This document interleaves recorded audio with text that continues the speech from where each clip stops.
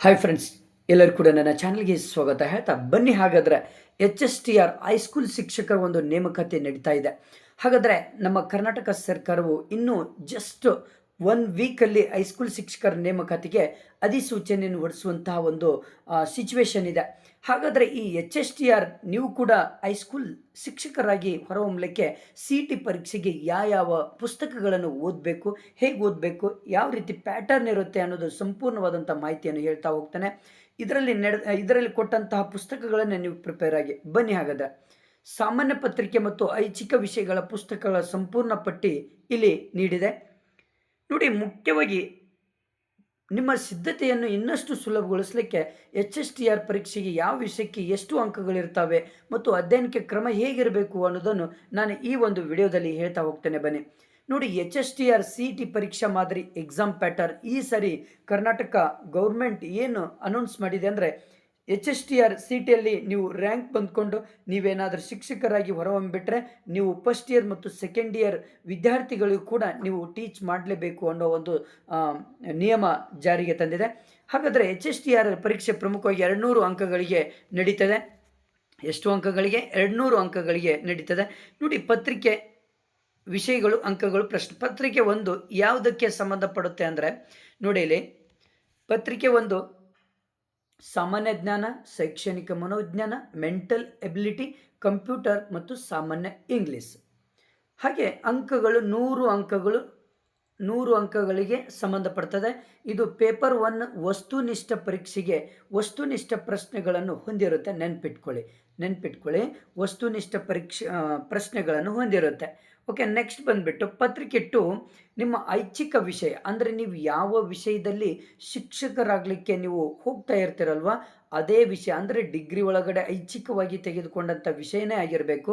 ಮತ್ತು BEdಲ್ಲಿ ಆ ವಿಷಯಕ್ಕೆ ನೀವು BEdಲ್ಲಿ ಆ ವಿಷಯವನ್ನು ತೆಗೆದುಕೊಂಡಿರಬೇಕು. ಜೊತೆಗೆ PG ಆದರೂ ಕೂಡ ಆ ವಿಷಯದಲ್ಲಿ PG ಆಗಿರಬೇಕು. ನಿಮ್ಮ ಐಚ್ಛಿಕ ವಿಷಯ ಗಣಿತ, ವಿಜ್ಞಾನ, ಸಮಾಜ ವಿಜ್ಞಾನ, ಭಾಷೆಗಳು ಕನ್ನಡ, ಇಂಗ್ಲೀಷು, ಹಿಂದಿ ಮತ್ತು ಬೋಧನಾ ಪದ್ಧತಿ, ಪೆಡಾಗಜಿ. 100 ಅಂಕಗಳಿಗೆ ವಸ್ತುನಿಷ್ಠ ಹೊಂದಿರ್ತದೆ.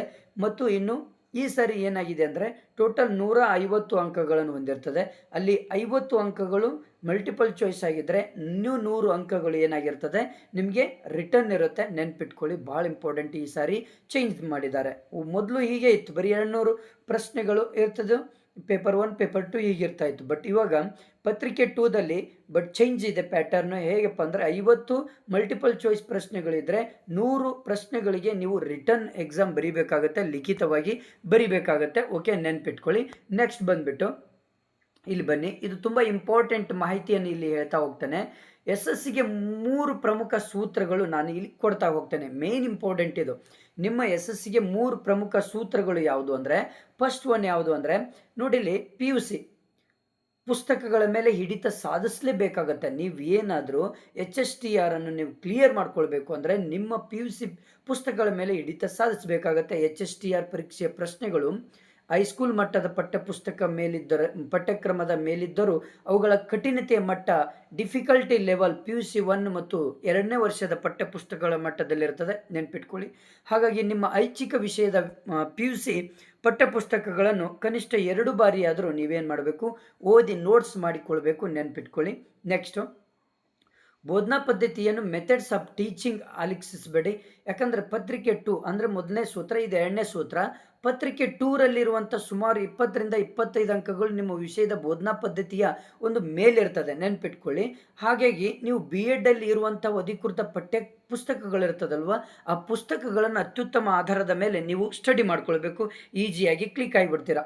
ನೆಕ್ಸ್ಟ್ ಬಂದುಬಿಟ್ಟು ಟೈಮ್ ಮ್ಯಾನೇಜ್ಮೆಂಟ್ ಮತ್ತು ನೆಗೆಟಿವ್ ಮಾರ್ಕಿಂಗ್ ಏನು ಇರೋದಿಲ್ಲ HSTRದಲ್ಲಿ.